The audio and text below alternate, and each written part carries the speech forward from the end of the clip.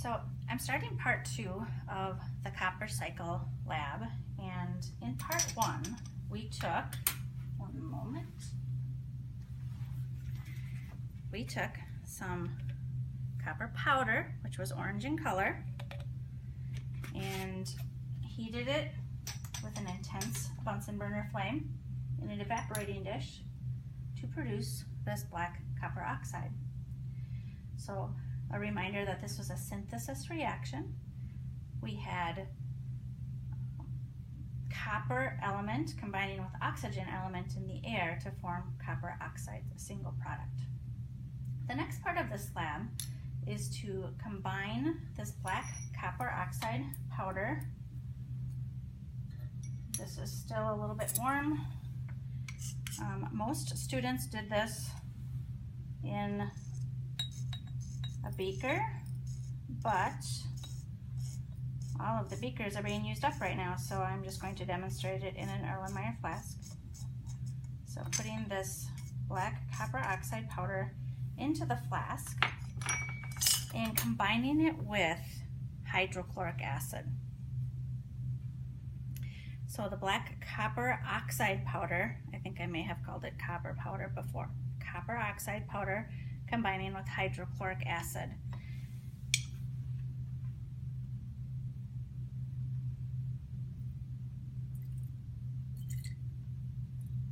And at room temperature,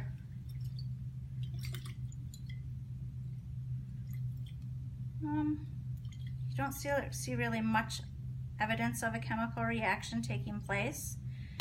But what happens in this reaction is copper oxide combines with hydrogen chloride. Maybe I'll write it on a piece of paper with the pen that I don't have. Here. So copper 2 oxide combines with hydrochloric acid, which is the ionic compound hydrogen chloride, and it's called a double replacement reaction in which these ions switch spots. So instead of copper 2 oxide, now we're going to have copper 2 chloride plus hydrogen oxide, which is just water. So copper chloride solutions are blue in color, as most copper solutions are. So I'm just going to add a little heat to this. As the acid reacts with the copper oxide powder, the copper oxide powder will begin to disappear, and we will no longer see the black color in the bottom, and we should start to see a bluish color forming in the solution where the copper chloride formed.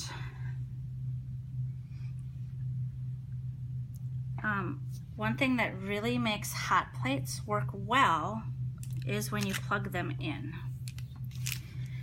So this was not plugged in, and it is now plugged in.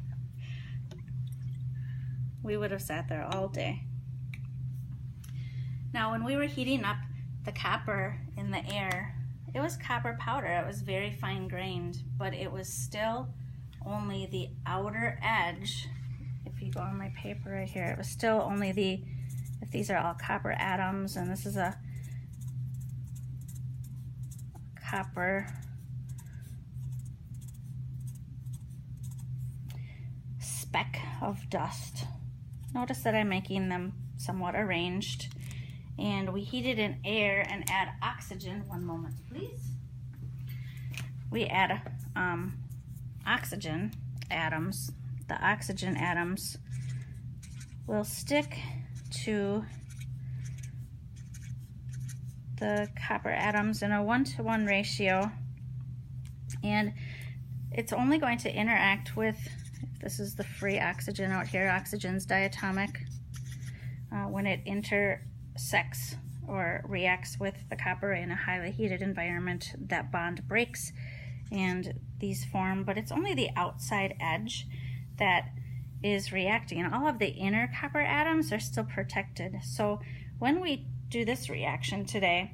It is just going to be the outer edge copper oxides, these right here, that are going to react, and it's going to leave behind the unreacted copper.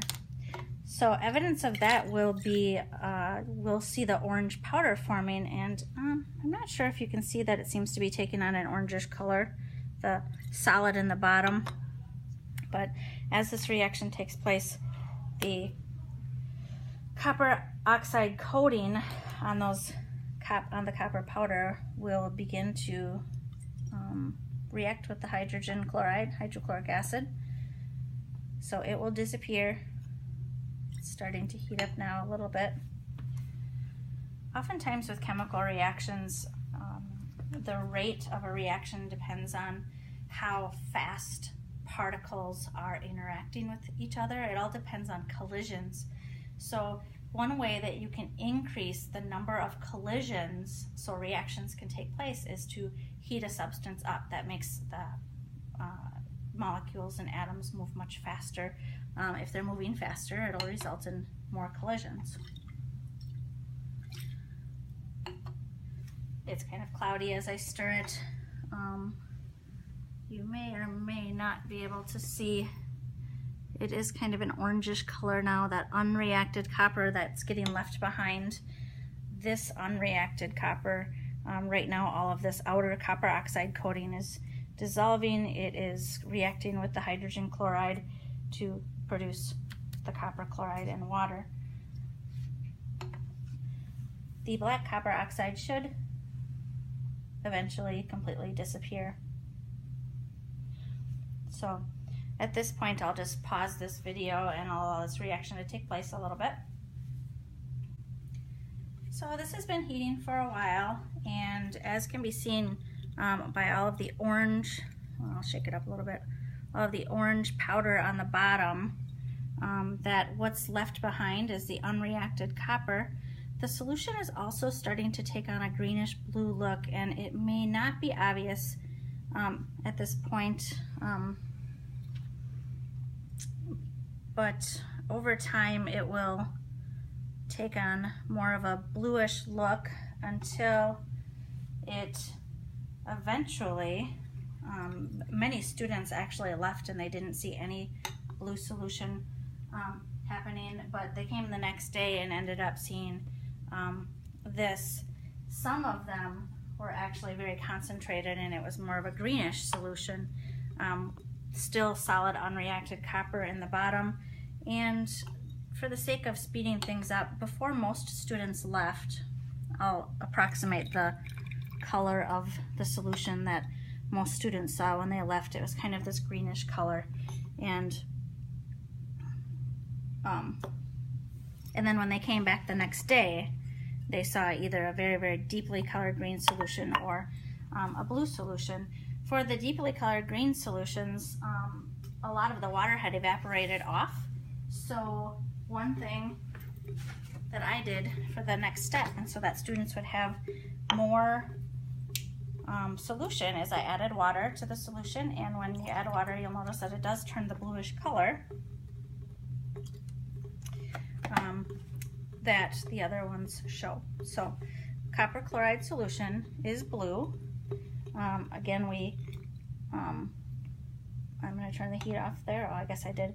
Copper chloride solution is blue. It is this product of the reaction between copper 2 oxide, the black powder, and the acid hydrogen chloride to produce this and water. So in the next installment, we will show you the reaction that's going to occur in which we will get our original copper atoms back.